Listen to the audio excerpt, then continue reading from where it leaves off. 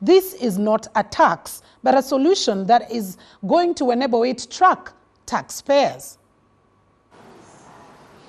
I think we need to listen to the traders very effectively as to what the problem is. There's one element which has come through, that though it's not a tax, by the time it is receipted, the Revenue Authority is going to be expecting the taxes by the 15th of the following month. Now, in many cases, you can trade and you can maybe offer some goods which is going to be paid at a later time, but the moment the receipt is issued, they will now be expecting the tax, and they'll be running into interest payments for not meeting that tax at the time. So therefore, we should listen to the traders. How is it affecting them, and how best we can sort it out in a way whereby the traders are able to meet their obligations, but also to be able to run their businesses.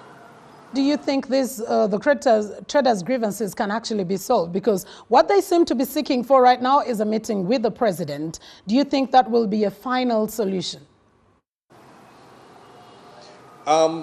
Final solution has to go beyond the issue of just the collection of taxes, but also we need to look at how we spend those taxes. The money which government has or government uses is taxpayers' money, so it should be used for the benefit of the taxpayer. Now, there are some payments which are difficult to justify, so we need to also really look at controlling the expenditure of government, or limiting some of the expenditures which may not be necessary and may not be justifiable in the context where we are.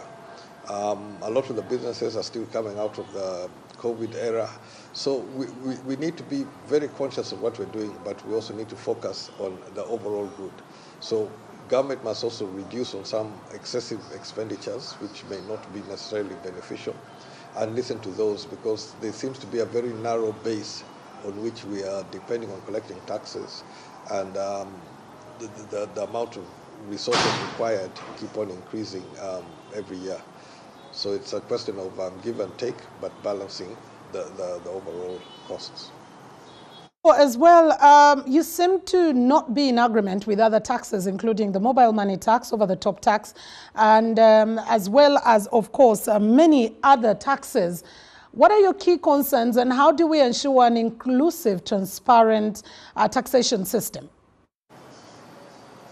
Now, on the mobile money taxes and over-the-top tax, we are just developing our digital economy. It is an area which is nascent, is trying to grow, and we should not be rushing to tax such areas. It needs to be able to grow. And what we have experienced in recent times is this is an area which was least affected when there was a complete shutdown, but we need to grow. We need to be able to find other avenues where our young people can get opportunities to be able to meet their obligations. So let us not be rushing to tax or restricting areas which are showing some sign of growth. So it's a question of, ultimately, it is managing our resources better. And that's why I put it on both sides. There's an issue of the collection of the taxes, but also the expenditure must be handled. Thank you very much, Honorable Jimmy Akena, who is the UPC party president there, weighing in on the IFRIS, the system that many traders seem to